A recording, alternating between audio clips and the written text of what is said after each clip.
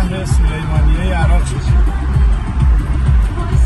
شهر زیبایی به نظر میاد. از ورودی شهر مشخصی که خیلی استخوان‌دار شهر، آپارتمان ها و بلند مرتبه هایی که داره نشون دهنده عظمت و اهمیت این شهر میتونه باشه. جاده هاش هم خوب العاده قشنگه. تو این چند دقیقه‌ای که وارد سلیمانیه شدیم انشالله که اینجا هم بتونیم لحظات خوبی رو سپری بکنیم.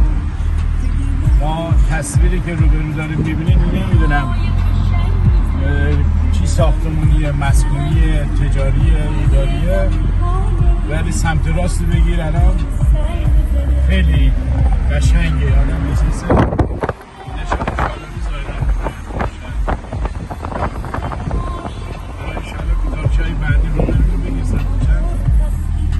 انشالله گزارش‌های بعدی رو خدمت شما عرض خواهیم کرد.